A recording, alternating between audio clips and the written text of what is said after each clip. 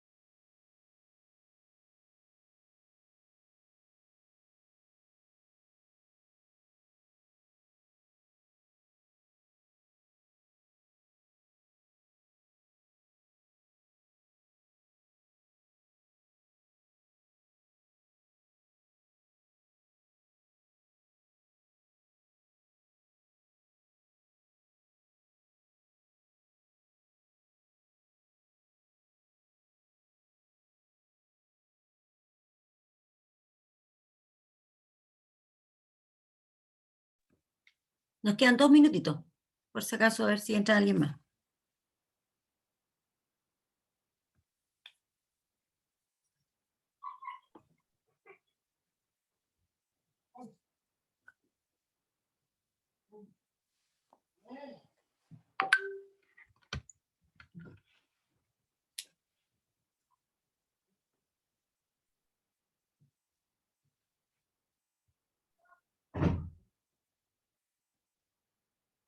Hola, hola.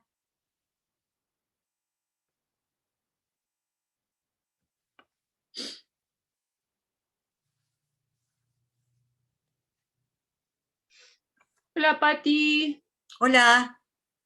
La Clau Arévalo. Sí, sí, te veo.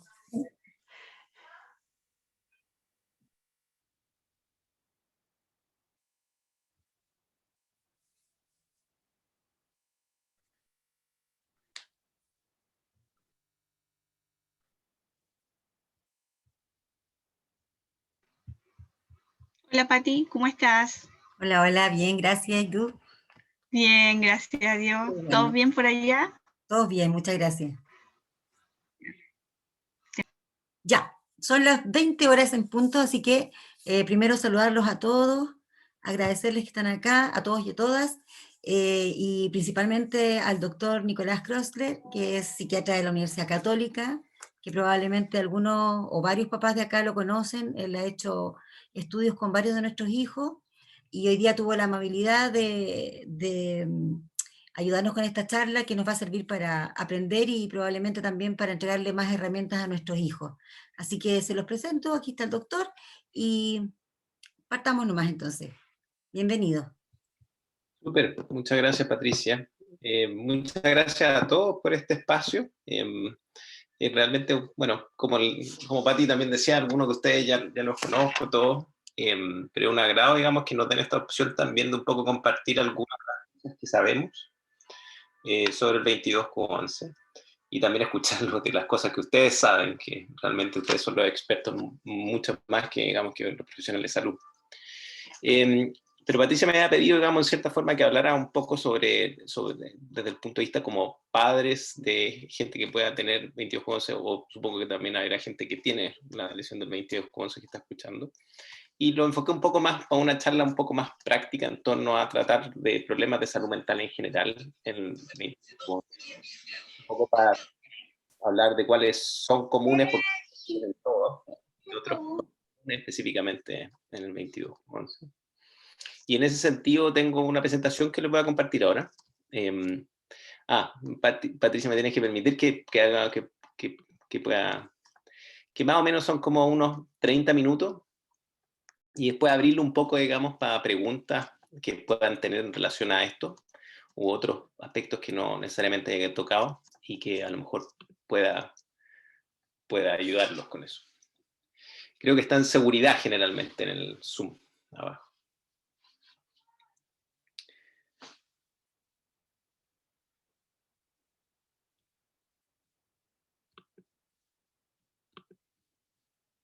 Así que vamos a esperar un segundito ahí para solucionar el problema técnico.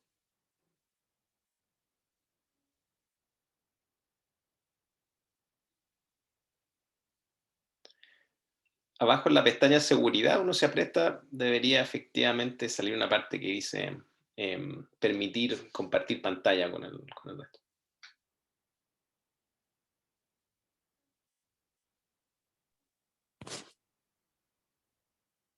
Pati, si no lo encuentras, puedes poner como coanfitrión al doctor y así él puede también compartir su pantalla.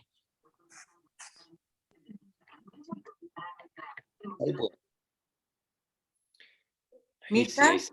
¿Cómo lo pongo como anfitrión al doctor? Porque no me aparece. No. Ya está En listo. participantes, ahí sí, Ahí sí, ya lo lograste. Sí, lo había. Súper.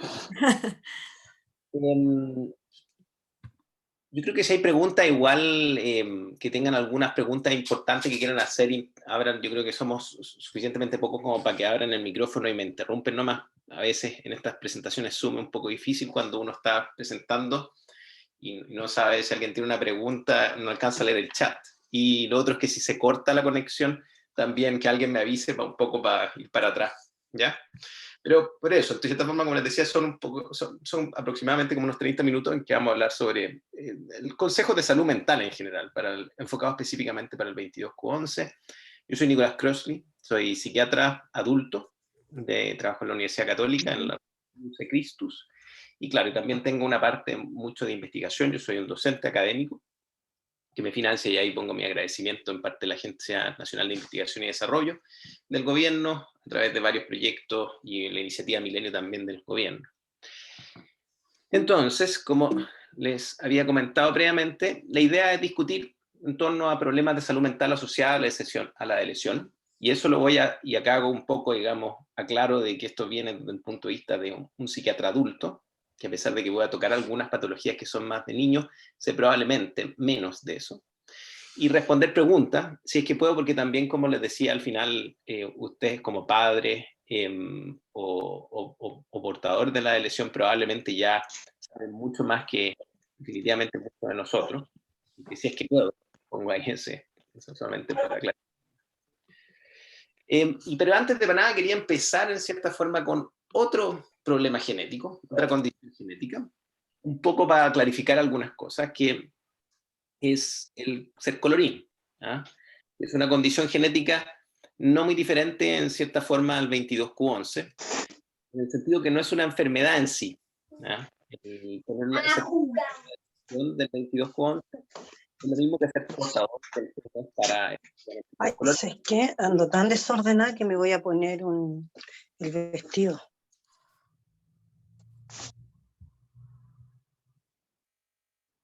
Ahora sí.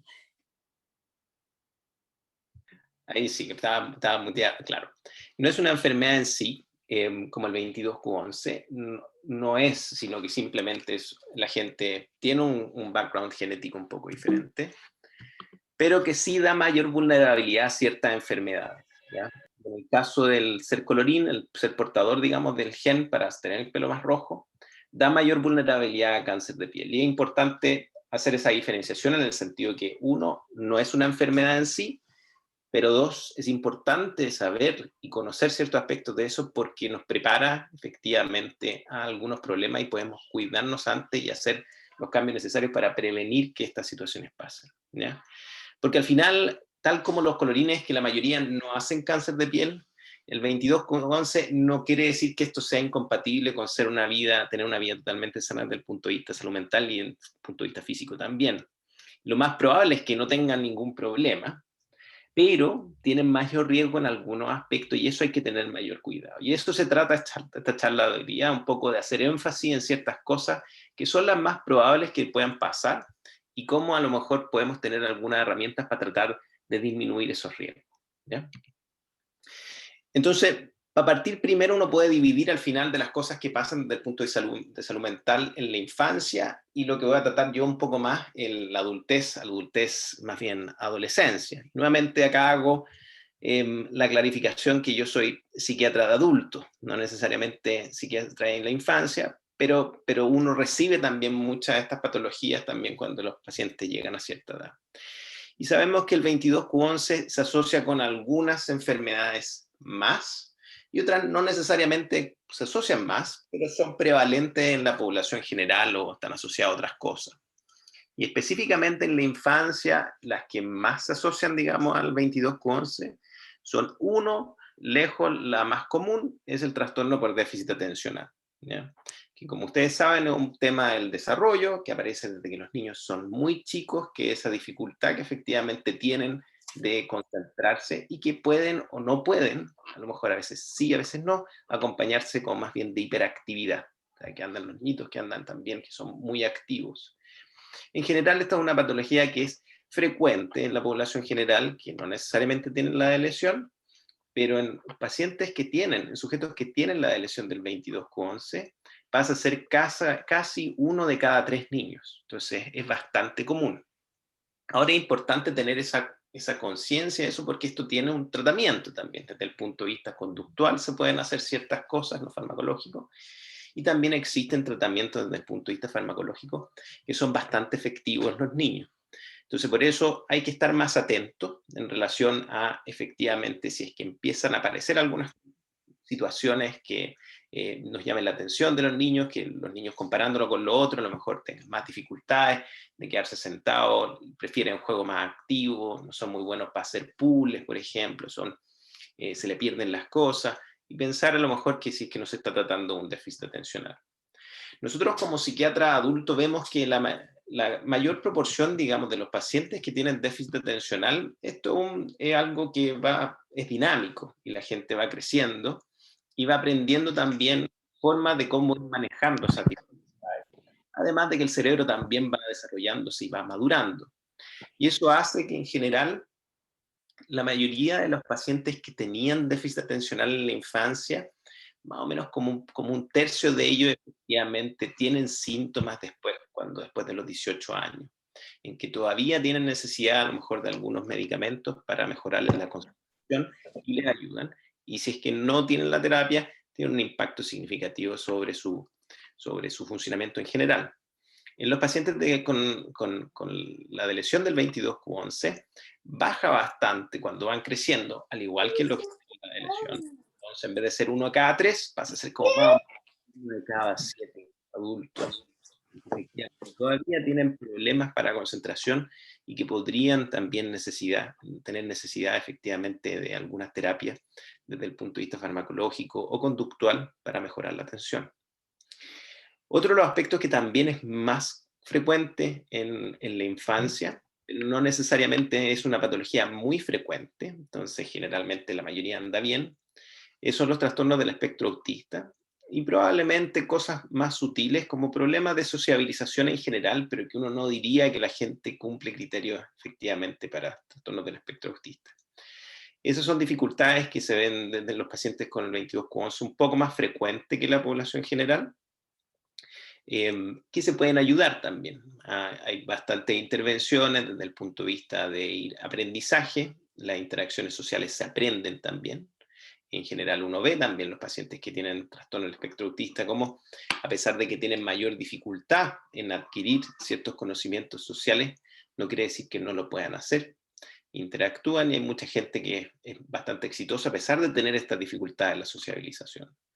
Y en ese sentido, en la infancia también uno puede ver hay diferentes tipos de intervenciones que manejan más los psiquiatras infantiles, algunas, por ejemplo, bastante simples, como pueden ser tener a lo mejor un amigo o alguien cercano que ayude como en el proceso de transición cuando esté conociendo otras personas, o que sea más de guía, en cierta forma, porque esto probablemente la gente que tiene dificultades de sociabilización requiere un modelamiento muy importante, requiere tener a alguien, un referente, otro niño, otro par, los padres que efectivamente estén haciendo muy claro y tratando de ser muy explícito y dejando muy claro cuáles son todas estas pautas sociales que a veces damos por sentado aquellos que no tienen.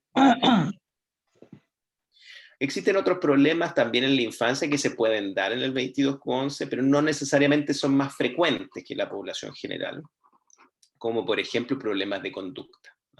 Problemas de conducta, trastorno posicional, en general se pueden dar en el 22Q11, pero no es algo específico que sea propio o que nosotros pensemos de que está relacionado, digamos, con la lesión, tal como alguien con Orín puede tener otros tipos de cáncer, pero no necesariamente esto podemos decir de que esos productos o le dio mayor vulnerabilidad al estar ser colorido.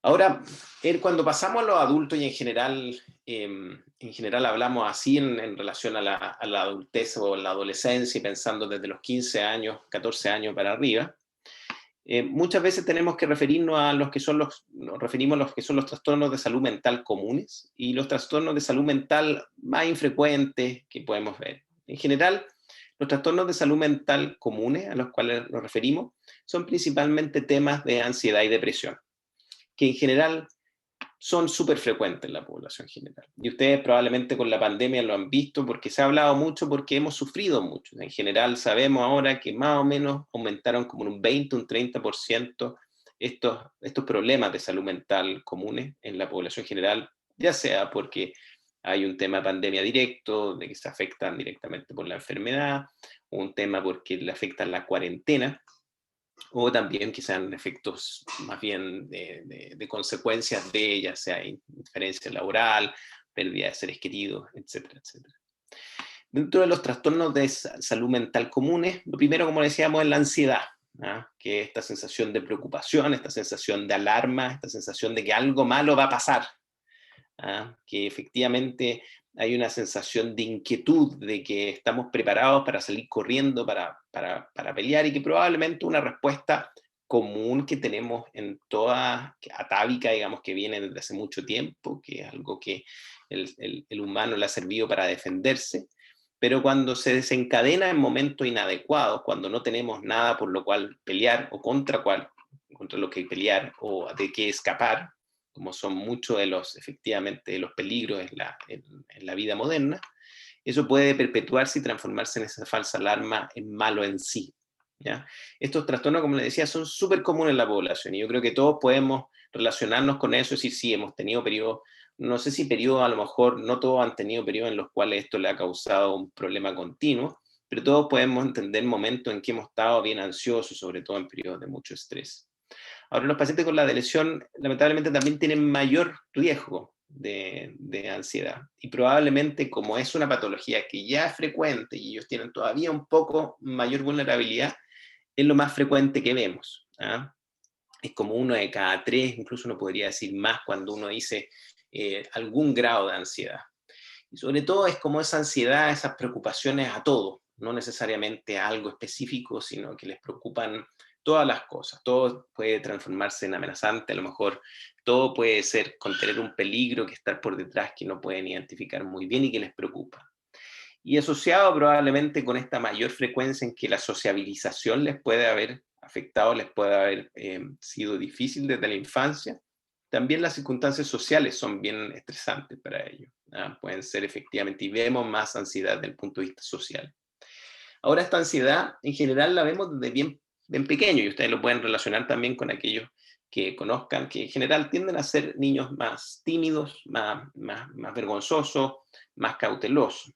Y hay que tener cuidado también, porque uno como cuidador también es fácil que entienda esa situación, y una forma de solucionarlo sea evitar el problema, evitar efectivamente la sociabilización, evitar el salir, evitar el que efectivamente se trate algo nuevo, se promueva la autonomía, por ejemplo, porque esas son cosas que los van a poner nerviosos, que les molestan, y que nosotros, para evitar ese sufrimiento, en cierta forma vamos para atrás.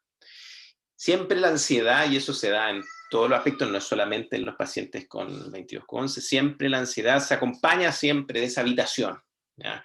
Y que tenemos que estar siempre con mucho cuidado, en que no podemos estar efectivamente tratando de eliminar totalmente o evitar estas cosas, porque lo único que hacemos es perpetuarlas. Cuando lo que tenemos que hacer es reenseñar al cuerpo que esto es una falsa alarma. Y la mejor forma de enseñar al cuerpo de que es una falsa alarma es exponerse un poco. Es decir, si yo le tengo miedo al agua, tengo miedo a nadar, ese miedo me va a acompañar toda la vida si es que nunca me acerco a una piscina. Pero si empiezo más bien de a poco, trato de tolerar, digamos, estando en la parte baja, trato de tolerar esa sensación de apremio que viene, ese miedo que me viene, pero poco a poco uno empieza a ver de que empieza a tolerarlo. Y eso son una de las formas, efectivamente, como las terapias psicológicas también ayudan a la ansiedad. Y yo creo que como como cuidadores o padres también tenemos que tener ser cuidadosos de no ser cómplices en cierta forma de esa habitación, y sobre todo con los sujetos con el 22Q11, no tener miedo, digamos, a promover autonomía, a pesar de que puedan ellos estar un poco más cautos, interacciones sociales que también pueden costarle un poco más, tratar de siempre estar tratando de apoyarlo y estar acompañándolo.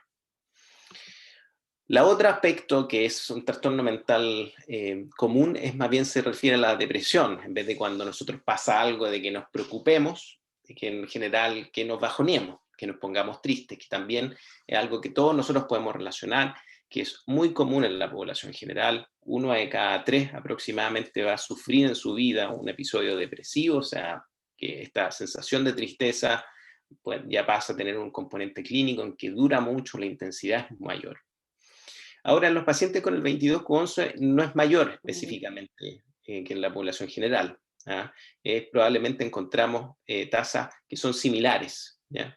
No quiere decir que no nos tengamos que preocupar, porque en general en los jóvenes tenemos que preocuparnos de este aspecto, de la depresión. Pero eso es más bien, no es algo específico de la depresión, no es algo que le dé mayor vulnerabilidad, pero es algo tan común que hay que estar tratando siempre de estar consciente y estar preocupándonos de ello.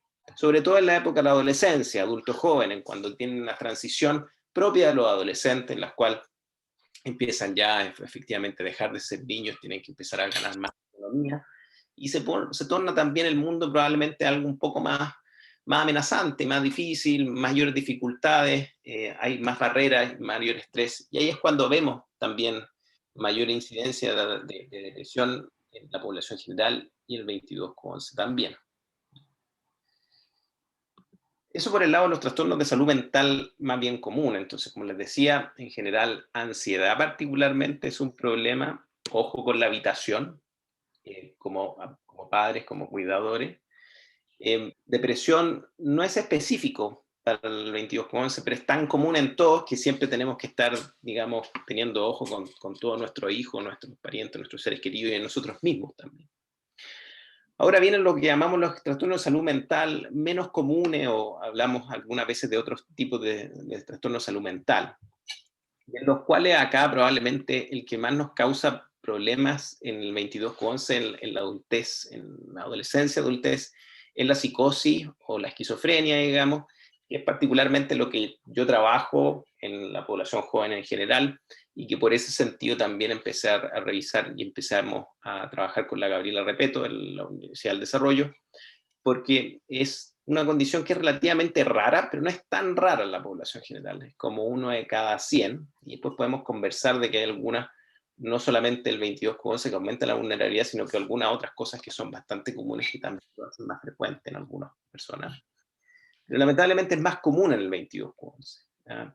Y efectivamente es el cambio genético que nosotros conocemos que más aumenta esta patología, que pasa a ser que es relativamente rara en la población general, a ser casi del ámbito de los comunes, en relación a 1 de cada 4, hasta 1 de cada 3, dicen que van a tener un episodio psicótico en la vida de este paciente. Y se presenta generalmente entre los 17, 18 años, pues obviamente que puede ser un poco más tardío.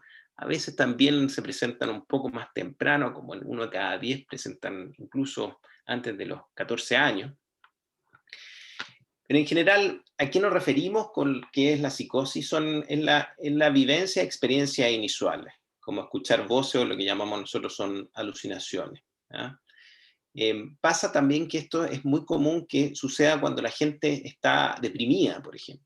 Entonces la gente lleva algo que vemos bastante común en los pacientes con la lesión del 22Q11, es que puedan tener un episodio depresivo, que como les decía es efectivamente algo común en la población general, pero que eso les gatilla también algunos síntomas psicóticos, un episodio psicótico efectivamente durante estos periodos de depresión. O al contrario, en vez de les pase cuando están muy deprimidos, que pasen cuando están demasiado exaltados, como demasiado llenos de energía, eufóricos, irritables, que no puedan dormir, como muy agitados.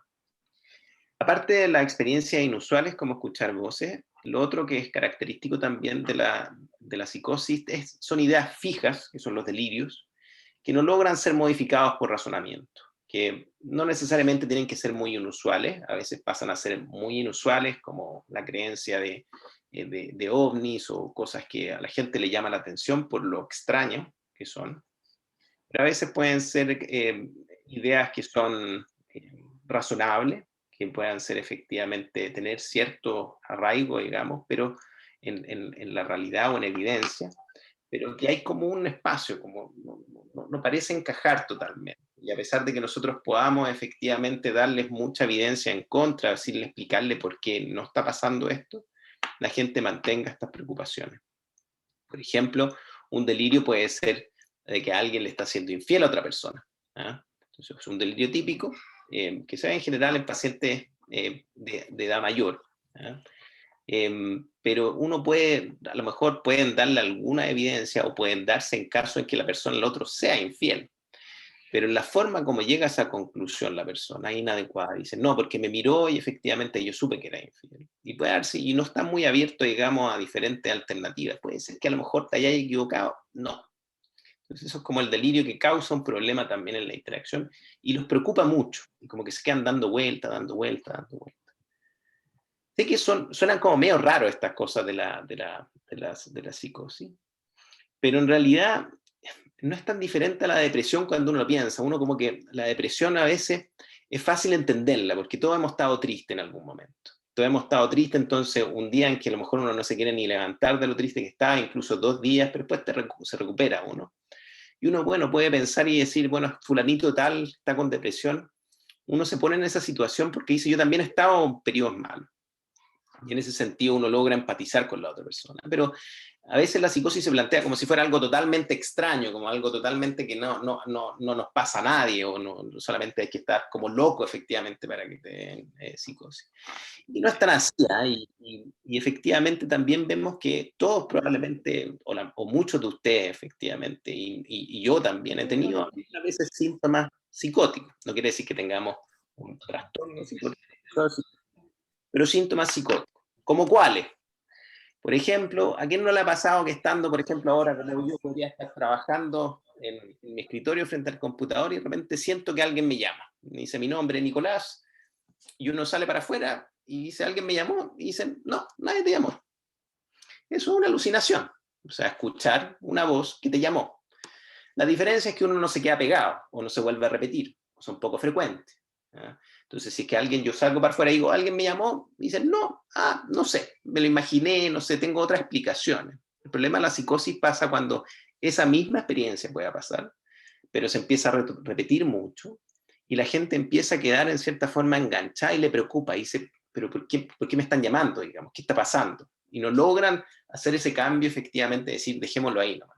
Doctor, ¿Sí? ¿le quieren hacer una pregunta? Paula Bajardo. Sí.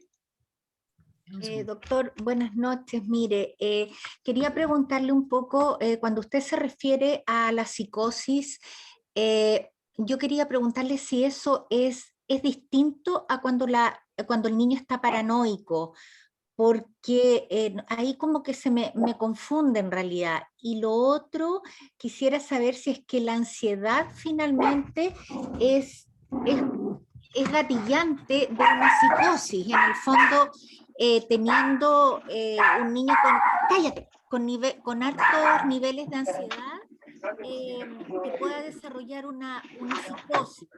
Y si es que los remedios que se le dan a los niños curan a esta enfermedad, la psicosis o la esquizofrenia, o finalmente es algo que los mantiene más como tapando la enfermedad, o esta enfermedad se organiza de tal manera en la mente que no tiene cura, o solo es un tratamiento como paliativo y no tiene cura. Esas son mis consultas, por favor, doctor. Se está adelantando un poquito, porque ya la próxima diapositiva, digamos, iba a mencionar mucho esos temas, pero el tema paranoide, el tema de la ansiedad y el tema sobre si... Aguante un poquitito porque en la próxima diapositiva... Ya, doctor, ya, gracias, gracias. Esto, como les decía... Doctor, se le escucha mal. ¿Ahora? A ver, espere, me parece que es un ruido de otro lado. Voy a ver quién alguien está con el micrófono abierto. Ahí desapareció. Perdón. Ahora sí, doctor, gracias. Entonces, como les comentaba, los síntomas psicóticos en general son comunes en la población y eso, cuando ustedes piensen, esto no es tan ajeno, sino que podemos relacionarlo. Y acá esta figura también la había puesto para pensar en a quién no le ha pasado un día en que o anda medio bajoneado y anda medio negativo en general y empiezan a pasar cosas, coincidencias, que la gente lo trata mal y uno empieza a ponerse un poco más perseguido y uno empieza a pensar de que la gente está un poco confabulando contra uno, que esto ya está personalizándolo un poco, que las cosas le están pasando mal porque alguien tiene algo en contra de uno. Yo creo que todos hemos sentido esa experiencia también. Imagínense esa experiencia, pero aumentada en intensidad nomás y aumentada en frecuencia, porque generalmente nosotros decimos, después de un rato, decimos, ¿sabes qué, Nicolás? No, ya deja pensarle ceras, pensemos en otra cosa, se lo olvida a uno. Pero si uno no pudiera, tuviera eso. La psicosis, el trastorno, en cierta forma, es un poco eso. ¿Ah? Es cuando estas experiencias que nosotros también podamos tener y podemos también entender, pero les cuesta a ellos efectivamente salir de eso. Y mucho que hacen los medicamentos, efectivamente, la forma es a través de eso, es a través de efectivamente de darles, no necesariamente decirle, mira, no, esto no está pasando, de falsificar todo, o eliminar totalmente las voces que están pasando, pero tener esa capacidad de hacer lo que uno hace normalmente cuando esto le pasara. Decir, ya, bueno, pero ¿sabéis qué? Voy a pensar en otra cosa. Que en cierta forma me lleva a la pregunta también que Paula me haya hecho, porque la mayoría de la gente que está relacionada, digamos, con la psicosis, ¿cuál es el pronóstico? ¿Cómo pasa? La mayoría de la gente anda bien con psicosis. ¿Ah? En general, el curso más común de los pacientes con psicosis es un curso episódico, en el sentido que tienen periodos en los cuales pueden tener estos síntomas. Y después con el tratamiento, efectivamente lo que hace es que esos síntomas remiten. Efectivamente la gente vuelve a ser a su basal normal y anda normal. ¿Ya? Es recidivante, eso sí. Ese es el mayor problema que tenemos. O sea, la gente se cura cuando tiene, la mayoría de esa gente se cura, digamos, no hay problema, o tenemos que buscarle algunas veces algunos medicamentos especiales para efectivamente que la gente se recupere totalmente de un episodio. Pero el problema que tenemos después es de que esto puede volver. ¿Ya? Y en ese sentido, no es tan diferente a lo mejor a temas como la depresión. Que la depresión también viene en episodios, uno puede tener un episodio depresivo, pero después igual queda con un poquitito más el riesgo. ¿Ah? O no es muy diferente a un problema en una rodilla. ¿Ah? Que uno puede tener una lesión en una rodilla y uno se cura, sí, uno anda mejor, pero igual tiene más riesgo que a lo mejor la próxima vez con una patada un poco menos fuerte uno vuelva a tenerlo. Entonces, mucho, digamos, del tema del tratamiento de la psicosis va a ir asociado efectivamente a que la gente logre evitar que estas cosas sucedan. Y en ese sentido, los tratamientos son efectivos, si la gente se cura. Hay cierta evidencia también de que si la gente no recibe tratamiento, o sea, no recibe tratamiento para el episodio, sobre todo para el primer episodio, mientras más se demoran en recibir ese tratamiento, peor andan. Entonces, los tratamientos son efectivos y también modifican a largo plazo el curso de esta enfermedad. Desde el punto de vista también ahí venía la pregunta, Paula, en relación a temas como de conceptuales, paranoide, qué es ser paranoide, qué es psicosis. En general, paranoide se refiere más bien a un tipo de delirio, a un tipo de esta idea fija cuando la gente está como muy perseguida y piensan que efectivamente algo malo les va a pasar a ellos. Entonces es un síntoma psicótico, no necesariamente es una enfermedad, ¿ah? No es un trastorno como tal. A mí yo prefiero en general hablar de episodios psicóticos, ¿ah? Que a veces podemos decir se acompañan de síntomas como depresión y a veces no, tan solo. ¿Ah? Depresión, como les decía, que son bien comunes en general esta presentación, pacientes portadores del 22q11 en que se deprimen y ahí como se exacerban y empiezan algunos síntomas psicóticos como escuchar voces o tener esta idea paranoide. La ansiedad no es tan común, efectivamente, que llegue un momento en que la ansiedad sea tanto que produzca síntomas psicóticos, o que llegue, que desencadene. Hay una relación mayor, pareciera ser como con depresión y psicosis, de la que nosotros vemos. Probablemente, eso sí, la psicosis también pasa que se gatillan por eventos. La gente cuando tiene mayores estresores o cuando tiene efectivamente eventos traumáticos, tiene más riesgo a desencadenar una psicosis. En cierta forma, una respuesta del cerebro estresado, no muy diferente a la ansiedad. Entonces, si alguien se estresa, también va a aumentar la ansiedad, y eso puede hacer también gatillar un episodio psicótico, ¿no?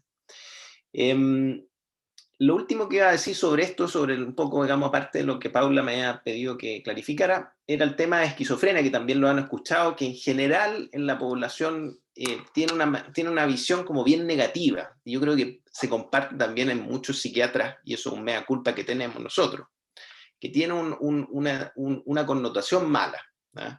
Y de hecho hay algunos psiquiatras que todavía piensan que solamente se puede diagnosticar esquizofrenia cuando las cosas andan mal. Si la gente anda bien, eso no es esquizofrenia, eso es otra cosa. La verdad, las cosas es que por eso a mí no me gusta mucho usarla a veces, porque la gente más se complica, pero la verdad es que la esquizofrenia, la gente no es sinónimo con andar mal. Hay gente que tiene esquizofrenia que anda súper bien.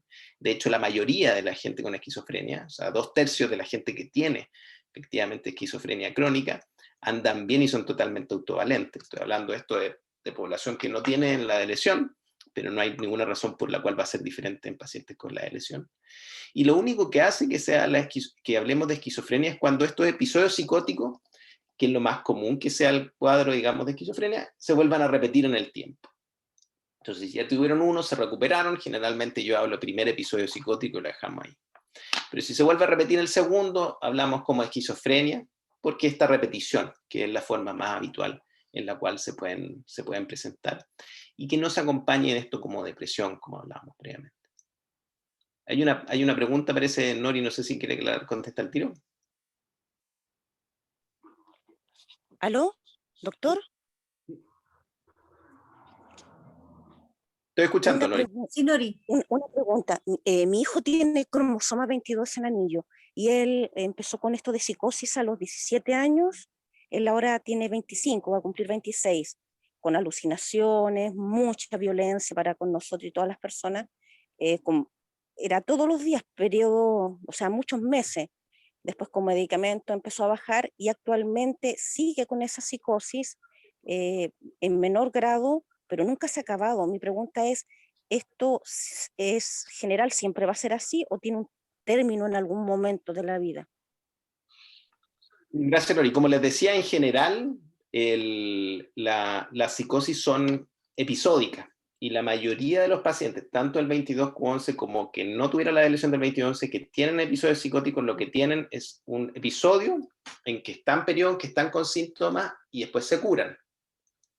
Lo que sí sabemos, digamos, que más o menos como 1 de cada 10 de los pacientes que hacen psicosis sin la lesión, y probablemente con la lesión debe ser más o menos lo mismo, es que no responden muy bien a los antipsicóticos típicos, al tratamiento usual que usamos, como lanzapina, risperidona, aripiprazol, quetiapina, alperidol, y a veces de eso lo que sí vemos es que hay otra opción, es agregarle, o sea, cambiarle un medicamento que se llama clozapina, que es como un medicamento como específicamente para a ese 10% de pacientes que no responden bien. Y ese medicamento de clozapina es un medicamento que es bastante útil, de hecho algo que nos interesa a nosotros bastante, que estamos estudiando también, no relacionado con la lesión, sino que pero que hace que más o menos la mitad de esas personas que no anduvieron bien con los otros antipsicóticos anden mucho mejor. Entonces, lo siento escuchar, digamos, que ha tenido dificultades con su hijo, Nori. No es la tónica habitual, ¿eh? Usted no es la mayoría, digamos, de los casos. Como les decía, más o menos 1 de cada 10 de pacientes que tienen psicosis van a tener problemas serios, digamos, como los que usted relata de su hijo. De ese 1 a cada 10, yo creo que sería bueno que hablara con su tratante si es que no ha recibido clozapina, porque mi sugerencia sería abrir esa conversación y decir, está con síntomas, todavía no está recuperado totalmente, anda más o menos, necesitamos darle este otro medicamento de clozapina, que no lo usamos muy frecuentemente porque tiene algunos efectos secundarios importantes que requieren una monitorización cercana, como tomas de muestra inicialmente semanal de sangre y después una vez al mes, porque puede afectar las defensas. Pero mi sugerencia, como le digo, en general, no es la tónica, es en la minoría en la que los pacientes andan más o menos, Si es que su hijo no efectivamente no han abierto, no han tratado con ese tipo de terapia, yo creo que valdría la pena entrar a conversar con su equipo tratante para eso. Voy a seguir un poco, digamos, no me quedan muchas, para abrirlo un poco más como a las preguntas que tengan. Otro de los trastornos que le puse acá como trastorno de salud mental, pero que son raros, que también efectivamente tienen un aumento de incidencia en el 22Q11, y esto específicamente porque con Gabriela Repeto es una de las áreas que ha estado bien interesada ella, y que ha sido algo relativamente nuevo, entonces ustedes también probablemente lo habrán escuchado, es que la enfermedad de Parkinson, que es este trastorno motor, en la cual la gente tiene un temblor de base, y que también le cuesta la iniciación de los movimientos, entonces anda como más tiesa, que es raro en la población general, se asocia generalmente a gente mayor de edad, mayores de 60 años generalmente se empieza a presentar, se presenta como 1 en 4.000, o sea, es bien poco frecuente. Es más frecuente en el 22Q11, ¿no? Y eso es algo que nos preocupa, que estamos estudiando para ver si es que podemos mejorar en torno a la identificación temprana y también ver si es que tenemos alguna forma de prevenir esto también. Pero igual sigue siendo una patología rara comparado con las otras que hemos estado viendo. En general, el Parkinson se da como 1 en 200, a lo mejor un poco más, pero es mucho menor, digamos, que las otras patologías que nos molestan más desde el punto de vista de depresión de todas maneras, ansiedad de todas maneras, y el tema de psicosis que es más frecuente también. La única diferencia también que tienen los pacientes con el 22Q11, lamentablemente, es que se empieza más temprano, y más temprano me refiero a gente, voy a decir joven, pero ya no somos tan jóvenes como en los 40 y tantos, digamos. Eso era la parte, digamos, como bien general, y tenía un par de sugerencias o cosas que seguían mucho en relación a, y que algunas hemos comentado, cómo hacer como padres y cuidadores. En la infancia, como les digo, acá esto viene de un psiquiatra adulto, así que a lo mejor un psiquiatra de infantil me miraría con cara rara, pero yo creo que es válido decir que en la infancia, sobre todo, y esto estamos hablando de prepuberales, ¿eh? Ojo con problemas de atención, porque son cosas que se pueden cambiar. O sea, si es que notan de que anda con mucho problema de atención, con mucho problema de concentración, con mucho tema de hiperactividad, que consulten. Ojo con los problemas de ansiedad, que hablamos un poco más. Sobre todo esto de ser evitativos como padres, como cuidadores, que al final, sabiendo de qué es lo natural y que estamos haciéndolo todo de buen corazón, digamos, para merecerle lo mejor, al final estamos perpetuando un poco la situación. Y tratar también de tener esa conciencia, que una de las cosas probablemente específicas que le van a costar más va a ser el tema sociabilización. Entonces, en ese sentido, ojalá ahí tratar de tener como pares, gentes modelos, efectivamente, acompañantes que lo ayuden en las interacciones con personas, que faciliten estas interacciones. Más pasando ya a la adolescencia, las cosas que nos tenemos que empezar a preocupar. Uno, la depresión, en cierta forma, que, como les decía, no es específica del 22Q11, es como todos los adolescentes, pero es el periodo en que hay que preocuparse. Y que probablemente también esto va a estar relacionado un poco con temas de sociabilización, así que son periodos en los cuales empiezan la búsqueda de pareja, la consolidación de pareja, la consolidación de familia, y es un área que efectivamente ellos tienen dificultades, va a ser un tema sensible para ellos. Entonces, ojo con eso, pero como les decía, esto es un ojo que es un ojo general para todos los adolescentes.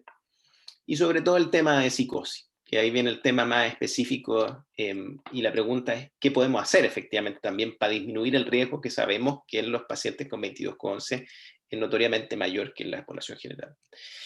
Yo creo que primero hay algunas como señales o como y acá dice como banderas rojas que tienen que ser señales de alerta que como padre o cuidador a toda la gente nos tiene que llamar la atención inmediatamente. Lo primero es un cambio, ¿no?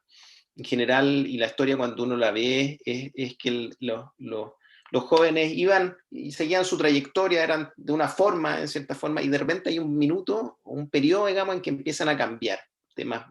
La mayoría de las veces estos son periodos, digamos, de semanas, pueden ser meses también, en algunos casos un poco más largados, pero claramente que hay un cambio. Y si uno mira para atrás y dice, no sé, que ya a los 16, 17 años algo pasó con mi pariente, digamos, que efectivamente cambió y no siguió siendo el mismo siempre. generalmente la caída de funcionamiento, en el sentido de la parte educacional, escolar, social, que se aíslen mucho, por ejemplo. Ya las cosas cuando empiezan a efectivamente ser más claras, cuando los vean hablando solos, con ideas raras que no les entienden, no necesariamente tienen que ser identificadas como un delirio, pero cosas que no le entiendan mucho. Y ante la duda, como les decía, consultar, porque primero hay terapia que es efectiva, entonces le evitamos, digamos, un sufrimiento que queremos evitárselo, por supuesto. Y por otro, también es importante hacerlo de forma temprana, porque como les decía, sobre todo al principio, mientras antes empecemos con terapia, hay más evidencia de que a largo plazo esto va a ser menos problemático también. Igual hay cosas que podemos hacer para disminuir el riesgo de psicosis en general a los pacientes del 22Q11, que son también las mismas que existen para la gente joven, pero como ya tienen ellos esta vulnerabilidad mayor, uno dice con mayor razón, efectivamente, tienen que tener más cuidado. Y el primero, la marihuana, ¿no? La marihuana, yo en general, digamos, tiendo a tener una visión de drogas bien contextualizada. Digo, las drogas son malas para específicamente algunas cosas, ¿no? Y la marihuana, entiendo de que en general, la población general, hay una visión del riesgo y de como bastante benigna. Se considera de que es una droga que hace poco daño comparado con el alcohol o con el cigarro. La percepción de riesgo ha estado disminuyendo, digamos, sobre todo, no solamente en los jóvenes, sino que también en los padres de los jóvenes, como las encuestas de los SENDA han estado mostrando en los últimos 10 años. El consumo de marihuana en los jóvenes ahora es muy común, hasta que sea casi un hito en la sociabilización. El que no ha consumido marihuana, en realidad es porque algo le pasa, porque ¿por qué no lo invitaron? Si todos los van a invitar, ¿ya? Entonces, es efectivamente algo que está muy prevalente, y lo que tenemos muy claro con la marihuana es que aumenta el riesgo de psicosis, ¿ya? No todos efectivamente los que fuman marihuana van a hacer psicosis, porque ahí siempre viene alguien y dice, yo conozco a alguien que ha fumado mucha marihuana y no le ha pasado nada, pero aumenta entre 5 a 10 veces el riesgo de psicosis. Entonces, si ustedes piensan que en la población general, el riesgo, o sea, en la población que no tiene la lesión, el riesgo es más o menos de 1%, uno de cada 100 jóvenes. Cuando empiezan a fumar marihuana, y esto depende mientras más temprano la empiecen a fumar y más fumen, el riesgo empieza a subir como entre 5 o 10 veces. O sea, en vez de ser uno en cada 100, va a ser uno en cada 20 o uno en cada 10, que ya empieza a ser más significativo, ya empezamos efectivamente a ser un riesgo bastante mayor. Y es tanto así el problema que nosotros tenemos un estudio con el Instituto Psiquiátrico Horvitz, en el cual trabajo con el Servicio de Intervención Temprana, que son solamente una sala para jóvenes y en las cuales muchos pacientes llegan por episodios psicóticos graves. Calculábamos que más o menos, bueno, como el 80% de los pacientes había fumado, nuestros controles también habían fumado, con la población general fuma mucho también.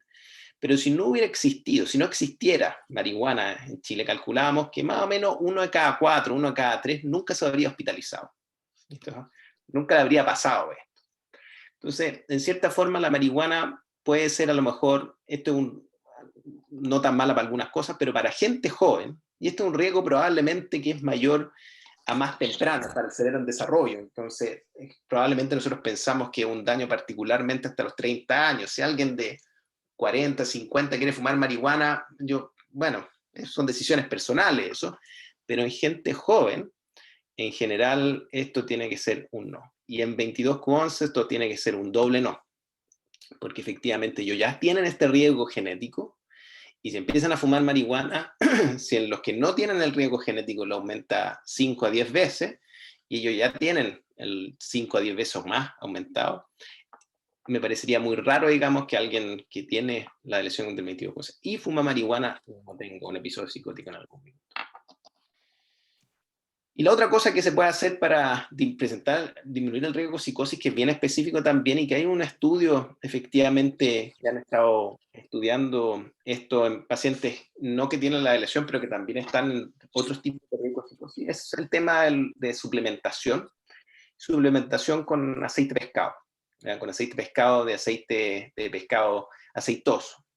Generalmente ahí el componente importante son estos ácidos grasos omega 3, que se encuentran en en pescados aceitosos como el jurel, salmón, En general, yo creo que lo importante es llamar a una dieta sana, saludable. En general se recomienda dos porciones, digamos, de pescado a la semana para todos, para la población general. Y hay suplementaciones también. ¿Ah? En general acá le puse una nomás, que una que existe, pero puede ser cualquiera. La verdad, las cosas que no es algo que yo recomendaría que todos los adolescentes con el 22q11 tengan efectivamente una suplementación, pero yo creo que sí en periodos de alto estrés, porque la psicosis, como les decía, también las desencadena el estrés. Entonces, periodo de alto estrés académico, sí, no hay ningún problema que, no sé, a lo mejor 3 veces al año, 3 meses al año, no más, ellos se suplementen con omega 3. ¿Ah? Los estudios en general están hechos con más o menos, es un poco difícil porque hay que ver cada una de las posologías, pero este omega 3, por ejemplo, que lo estaba viendo hace poco, de hecho, ahora que puse la fotografía, más o menos como 2 pastillas, y la verdad las cosas, pastillas es un poco difícil de tolerar, porque uno anda con olor a pescado y nadie quiere andar con olor a pescado. Pero si se toma una pastilla igual sigue siendo beneficioso. Y una pastilla en general es bastante bien tolerado. Y no es una mala idea a lo mejor que ustedes consideren en periodo en que vean a su hijo, en periodo más o menos sensible, digamos, puberal, digamos, en que están como bastante estresados, una opción, digamos, que tomen un periodo de 3 meses, efectivamente, los aceites omega pescado. Y el manejo del estrés. Manejo del estrés, como hablábamos previamente, estas cosas se gatillan por la psicosis también, por periodo estresante. Entonces, aprender igual que en la población general, cosas que son de hábitos saludables desde el punto de vista de salud mental, hablar con personas, no necesariamente con psicólogo, puede ser con amigos, alguien de confianza, tener canales de comunicación con los padres también abiertos para que la gente se sienta cómoda para poder tener momentos de esparcimiento. Y el ejercicio físico. El ejercicio físico, sobre todo, es súper bueno para la salud mental. Y ahí estoy pensando para evitar, sobre todo, depresión, ansiedad. Los cabros jóvenes no tienen que hacer ejercicio físico necesariamente por el tema de salud física, porque todos son jóvenes y son sanos por ello. Que tienen que hacer ejercicio físico para mantenerse saludable mentalmente. Y la verdad es que eso es solo lo que yo, antes de ver que veo que hay varias preguntas, antes de responder a preguntas, quiero dejarles, y voy a dejar esta diapositiva, digamos, con el mail. También, bueno, recordarle, digamos, que en general una invitación, nosotros estamos tratando de aprender un poco más del el tema, específicamente a nosotros nos interesa el tema de psicosis. Y tenemos estudios, ahora estamos empezando nuevamente otro estudio que es una continuación de uno previo que vieron algunos de ustedes, que algunos conocidos de ustedes participaron, y que es un estudio de resonancia también en la cual se evalúa el cerebro y algunos aspectos funcionales del cerebro mediante resonancia nuclear magnética, que no incluye nada rayo X, no es radiación, sino que es simplemente onda electromagnética. Entonces no hay ningún problema en que la gente se lo vuelva a repetir. Y yo me he repetido, yo varias veces he estado en ese resonador, no hay ninguna contraindicación desde el punto de vista de salud, y es más que nada el tiempo en que nosotros pueda ayudarnos a invertir para ayudarnos a tratar de entender un poco más de la lesión. Eso sí que, no sé, tomo preguntas para ahora, me demoré un poco más de lo que pensé, pero... Doctor, tengo 2 preguntas en el chat. Una es, pide tips para trabajar las fijaciones en adolescentes y adultos. Y la segunda es, si aumenta el riesgo de Parkinson, si el tío abuelo del niño afectado padece, que tiene 22q también. O sea, perdón. Bueno, Dice la pregunta, el abuelo no tiene 22q, tiene Parkinson, el tío abuelo. No entendí. El tema de las fijaciones se refiere a tips para manejar como la gente que tiene delirio. Mira, la pregunta la hizo... Voy a contestarlo en general, Okay. porque una de las cosas que uno, en general, para la gente que tiene familiares con psicosis, uno de los problemas que pueden ser es cuando la gente está en episodios psicóticos, en que tienen esta idea inusual y que causan problemas, que se empiezan a pelear, digamos, empiezan a preocuparse, En general, como les decía, yo creo que la psicosis es tratable, ¿eh? Y una de mis preocupaciones también es que muchas veces algunos profesionales de salud como que tiramos la esponja porque dicen, no, pero tiene el 22q11, entonces esto es normal, es parte de su síndrome. Eso no podemos aceptarlo, yo creo. Y eso es importante que ustedes lo sepan. Es tratable, y si es que alguien está con alta psicosis, está con delirio importante, hay que darle vuelta de cómo lo ayudamos. Y efectivamente hay que poner más presión en relación a los tratantes, más que llegar y decir tirar la esponja. Ahora, sucede que todos los tratamientos igual toman un tiempo en empezar a funcionar, y los delirios claramente no es algo, los medicamentos no es algo que cambien de un día para otro, entonces hay un par de semanas en que puede la gente estar viviendo con alguien que tenga ideas delirantes importantes.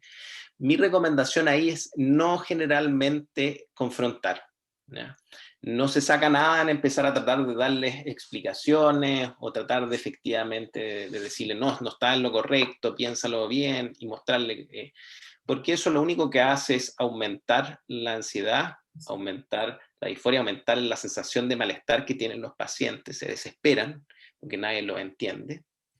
Y en cierta forma yo lo que digo es validarlo, es no sin mentirle, en el sentido de que si alguien dice, es que me están persiguiendo la policía, uno claramente puede decir, bueno, veo que estás muy angustiado con esta sensación que te están siguiendo, y en cierta forma validar la sensación, pero tratar de cambiar el tema, tratar de no necesariamente tocarlo.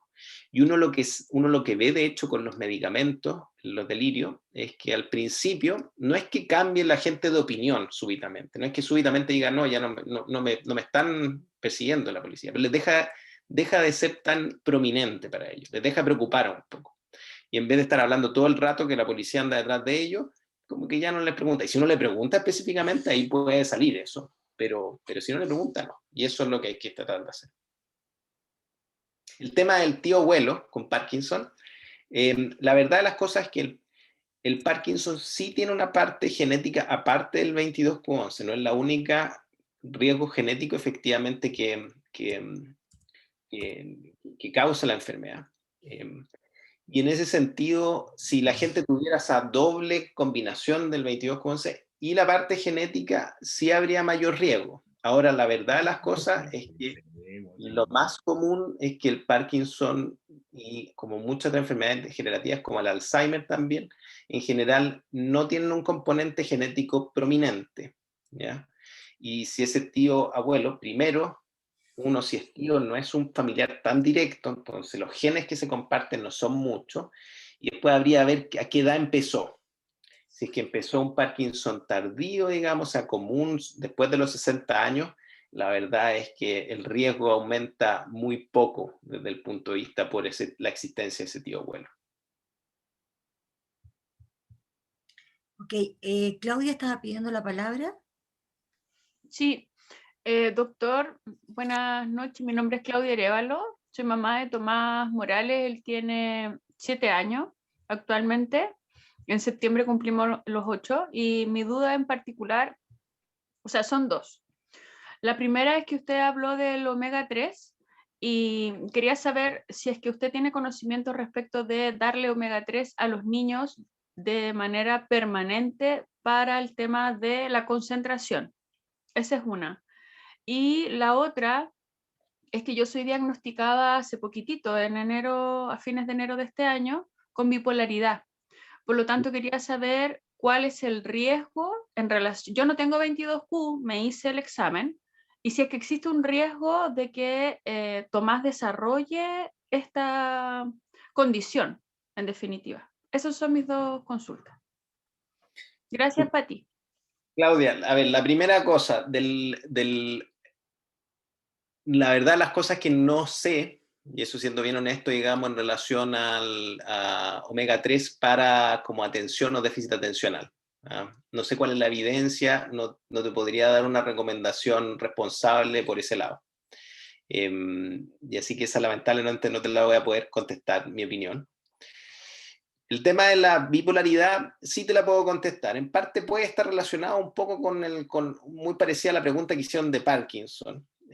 Ahora, los bipolares en general es un espectro también, ¿ya? Y hay casos en que son efectivamente más graves y efectivamente que son más leves, ¿ya? En general, hay un componente genético en los casos más graves, y sobre todo cuando se presentan de muy temprana edad, ¿ya? Cuando se diagnostica, digamos, los trastornos bipolares efectivamente en gente muy joven, estoy pensando como en adolescencia. Que me parece que si te diagnosticaron hace poco, probablemente no es el caso, o sea, lo más probable es que la carga genética, digamos, tuya de bipolaridad sea no muy alta. Efectivamente, si es que la carga genética de una familia fuera muy alta para bipolar, que comparte mucho, digamos, en los casos más graves, comparte mucho también con el equivalente de que si hubiera mucha carga genética en muchos casos de esquizofrenia, eso hay cierta evidencia que también se aumenta, se acopla, digamos, al riesgo independiente que da el 22q11. Entonces, muy parecido, digamos, a lo del abuelo con Parkinson, los riesgos de las familias de enfermedades que puedan tener, si es que hay, lamentablemente, si se da una familia en la cual hay muchos casos con esquizofrenia y sucede también de que alguien tiene la lesión del 22q11, que es una lesión de novo, generalmente la mayoría de las veces aparece nomás, no es que la herede de nadie, eso lamentablemente le aumenta más el riesgo, ¿ya?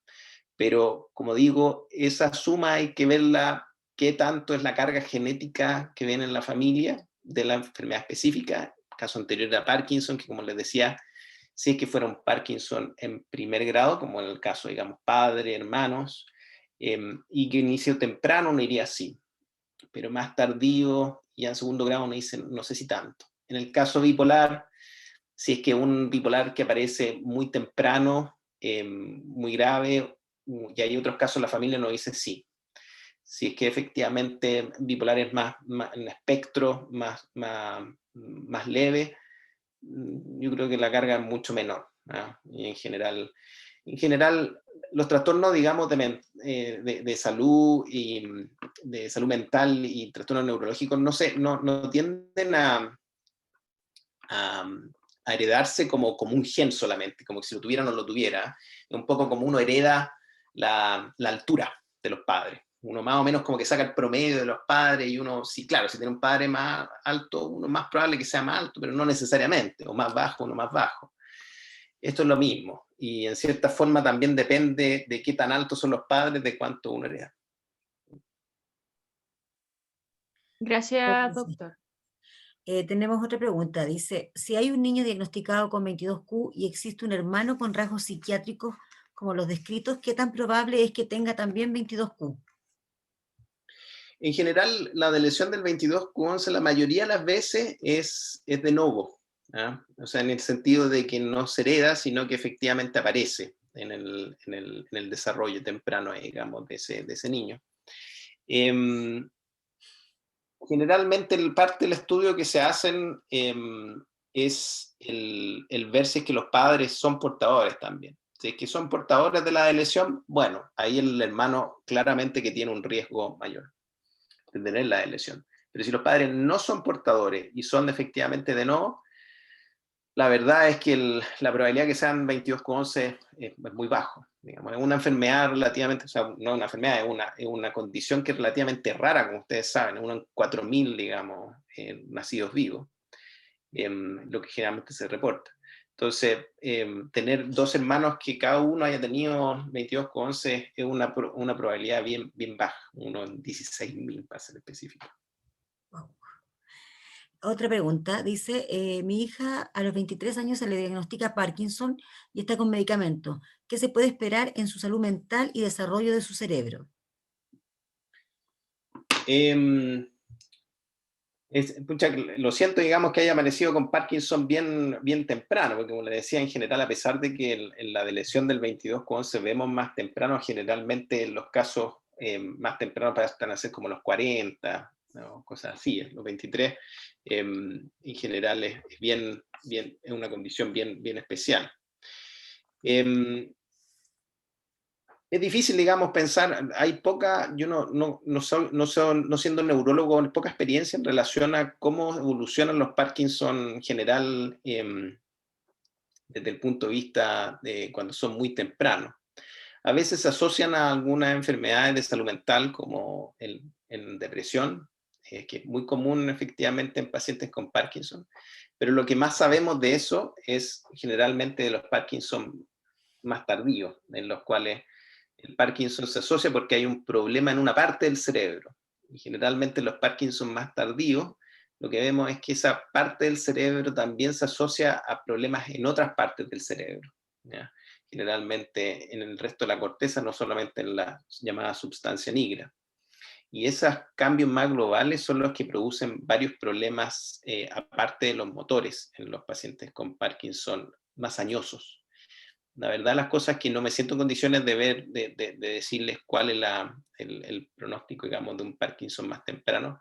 Mi impresión es que probablemente va a tener un curso desde el punto de vista de salud mental más localizado, va a ser un tema más motor, y no tengo muy claro si es que efectivamente, desde un punto de vista más generalizado, va a tener más problemas. Doctor Paula Guajardo le quiere hacer otra consulta.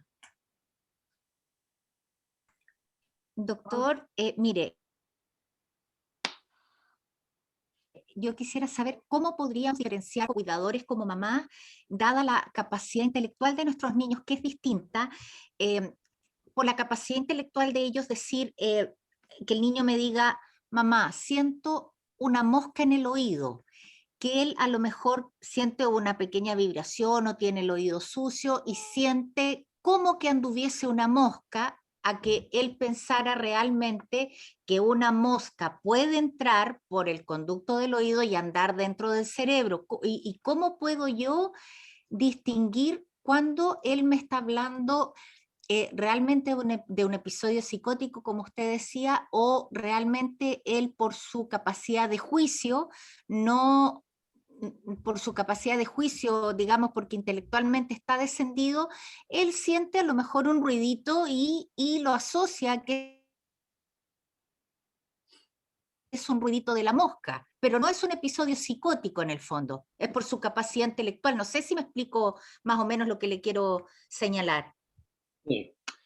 Sí, aquí viene, digamos, yo creo que son dos temas en cierta forma, desde el punto de vista de salud mental y cómo se relaciona, digamos, con trastornos cognitivos, con cierto grado de retraso que puedan tener en el desarrollo neurocognitivo, y también de la identificación a lo mejor de eso. El 22q11, que no hablé mucho, digamos, de esa parte, también se asocia con una disminución también, nuevamente, es un riesgo a tener un trastorno cognitivo. En general, uno ve que no necesariamente como otros cambios genéticos, efectivamente los trastornos cognitivos son muy comunes, pero sí aumentan, digamos, el riesgo de tener efectivamente dificultades cognitivas, más o menos como si estuviera corrido toda la normalidad, hacia un poco más bajo que la población general. Significa que igual hay gente con la lesión del 22q11 también que no tiene ningún problema cognitivo, y hay más que la población general que tienen trastornos cognitivos, digamos, o retrasos más importantes, más severos, pero no quiere decir que todo. Ahora, en general, hay un aspecto desde el punto de vista independiente del trastorno cognitivo, o sea, el retraso, que hace que aumente el riesgo, efectivamente, a ciertas cosas. Y el riesgo a psicosis aumenta también en general en los pacientes con retraso cognitivo. Entonces, yo les dije, más o menos 1 de cada 3 de los pacientes con el 22q11 tiene riesgo a psicosis, como también les dije, 1 de cada 100 en la población general. Ahora sucede también que si uno ve en la población general aquellos que tienen un desarrollo cognitivo normal, un coeficiente intelectual normal, ese probablemente el riesgo es menor, ¿ya? Y el que tiene, que tiene un leve retraso o que tiene un coeficiente intelectual más bajo en la población general, ese tiene un riesgo un poco mayor del 1 de 100, ¿ya? Entonces esto en todo el grupo, pero si uno empieza a ver, también hay ciertas diferencias, no todos son iguales. En el 22q11 también sucede eso, que en general aquellos que tienen un coeficiente intelectual más normal, más alto, digamos, de su grupo, tiene menos riesgo a psicosis, y el que tiene un poco más bajo tiene más riesgo probablemente. Y probablemente un poco lo que estabas diciendo tú, es que al final son reservas cognitivas, como les decía, cuando uno escucha algo, uno como que logra tener una cosa que dice, no, pero sabes que me estoy inventando cosas, o desviar la atención. A lo mejor si uno tiene menos recursos eso, o empieza a ser más repetitivo, es más fácil entrar en estos loops. Así que lamentablemente hay un mayor riesgo, pero no quiere decir nuevamente de que esto vaya a ser en todos. ¿Cómo identificarlo? A veces es difícil, ¿no? En general, en los pacientes con el 22Q11, en general no vemos trastornos cognitivos tan profundos como para que sea tan difícil la situación como para nosotros desde un punto de vista diagnóstico sea imposible. Lo que sí pasa a veces, y estoy de acuerdo, digamos, que hay cosas como ansiosas importantes, que pueden ser repetitivas y en ese sentido parecer un poco delirantes, que nos pueden un poco engañar y engañar también a los cercanos. Yo creo que lo más fácil ahí es si uno tiene la duda, si ustedes, digamos, como padres sienten de que esto es un cambio sobre todo en su hijo, que empieza a darle vuelta a estas cosas que antes no lo hacían, es consultar. Y ahí que le peguen una mirada también un experto para que pueda hacer esa diferenciación de estas cosas más ansiosas de las cosas más psicóticas. Maisa, tú habías hecho la Muchas gracias, pregunta, doctor. perdón, de los tips. A lo mejor quieres preguntarle directamente al doctor. ¿Maisa? No. Marcelo estaba levantando la mano. Hola, doctor. Buenas noches.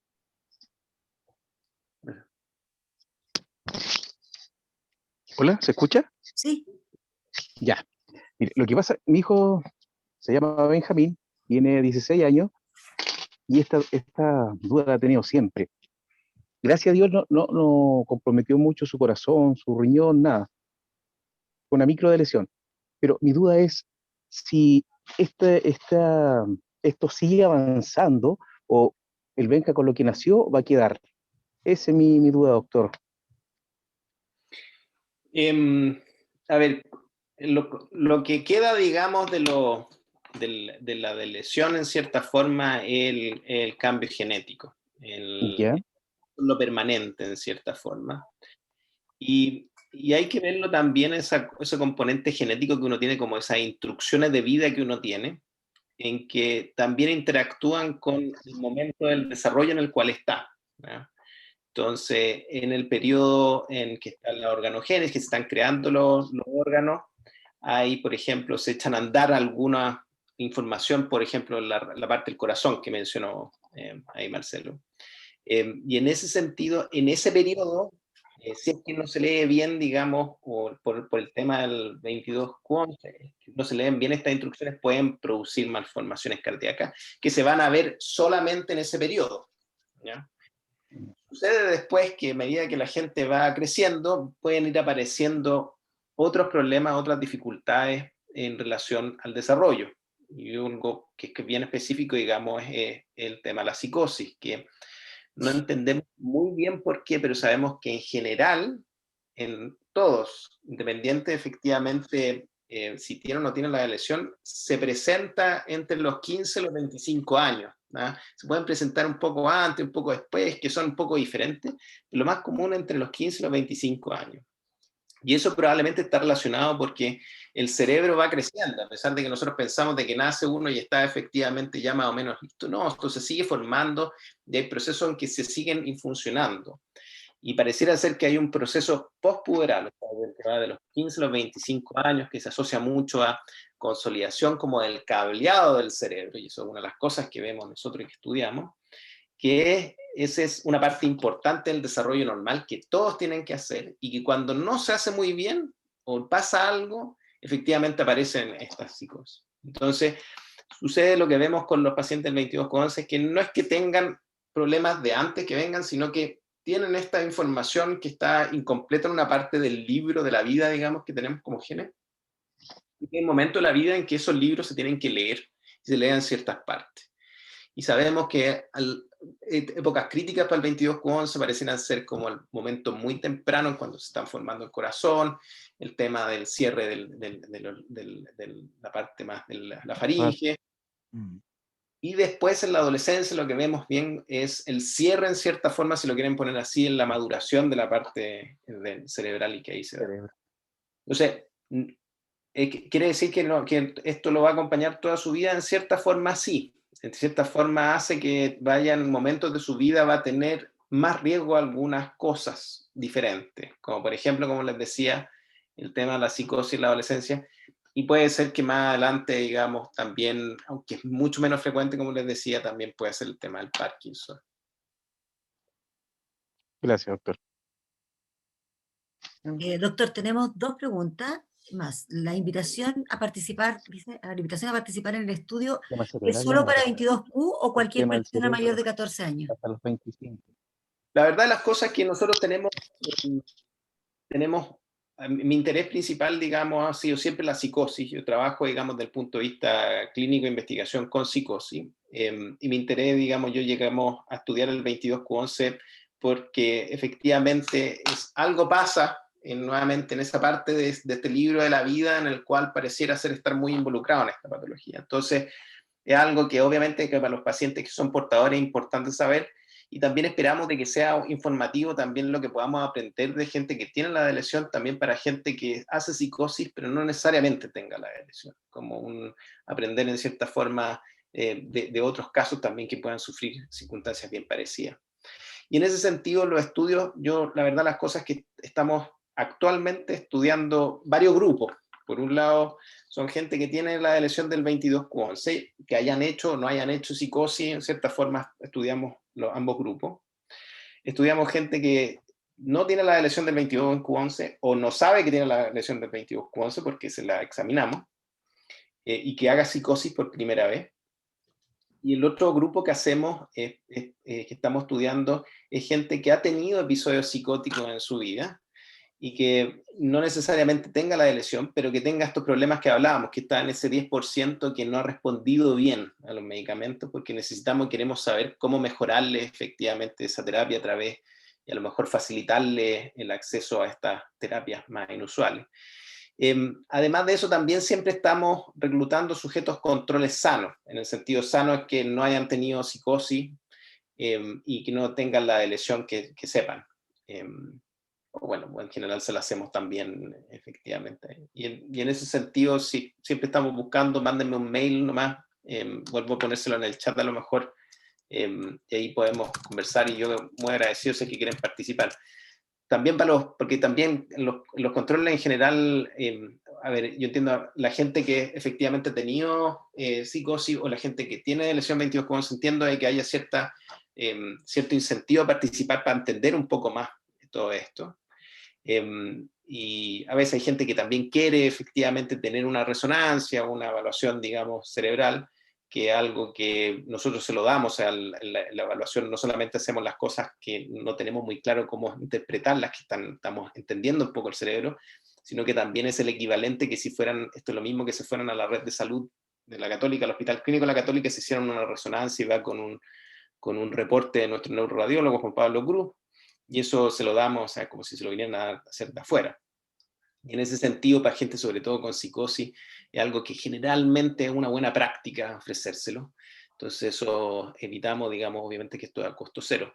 Pero los sujetos controles también, que no necesariamente tienen ese incentivo, porque la gente no necesita andar haciéndose una resonancia, digamos, o no es normalmente, digamos, una preocupación.